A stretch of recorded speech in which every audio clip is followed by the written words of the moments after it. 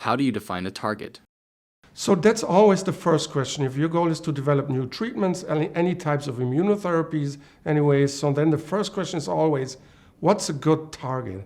So, and there's a lot of agreement in the field. Our own group has come up with a definition a couple of years ago, and we said we want the target, if possible, we want it to be expressed only on the tumor cells. That's number one. If possible, no expression on any normal tissues. And so that was number two. And then we said, among patients with a given disease, such as multiple myeloma, we would like the target to be expressed on all their tumor cells, not on just on 50% of the tumor cells or even 90% of the tumor cells, but on 100% of the tumor cells, if possible, right? We're talking about an ideal target. So an ideal target would be expressed on all of the tumor cells in a patient.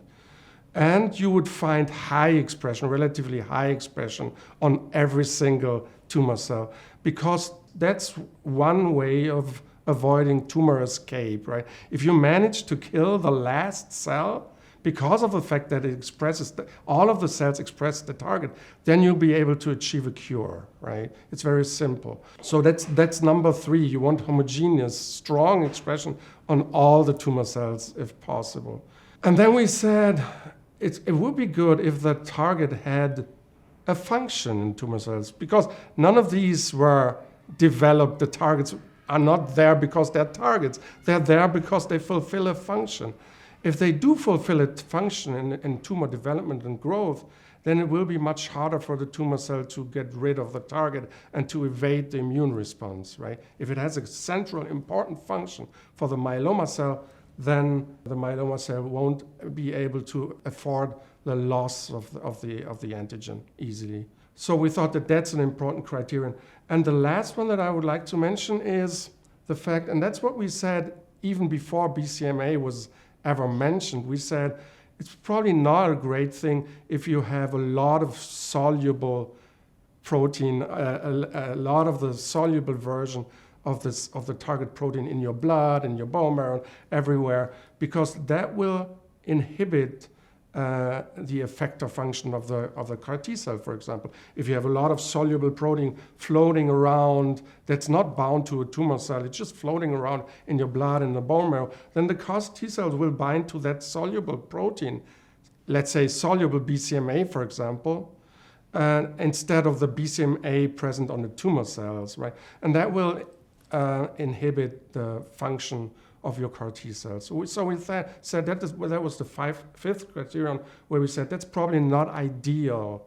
And again, we're talking about an ideal tumor antigen. I'm not even sure whether there is an ideal tumor antigen for any of the malignancies we're talking about.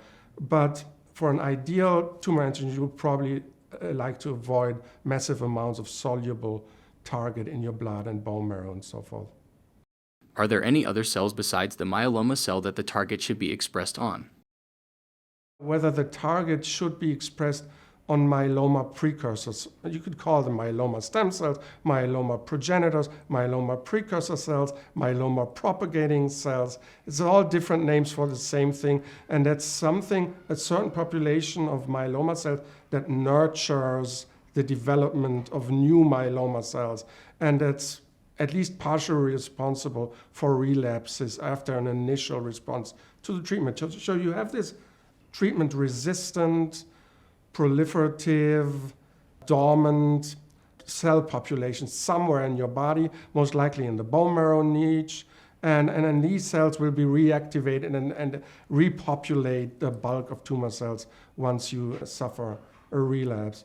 So we said, don't we need to address this population as well, not just the bulk of tumor cells, but the root of all evil, where the cells where all the other cells come from, and that's what we tried to address by when we developed our CD229 CAR T cells, because then we found out that in contrast, for example, to BCMA and other tumor antigens, the CD229 is not only expressed or present on the bulk of myeloma cells, but also on the myeloma precursor cells.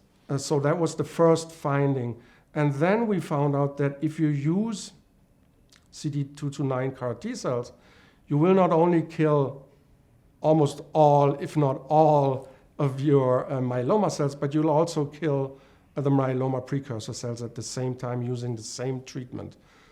And that's something I think that retrospectively, I think that was a very important finding.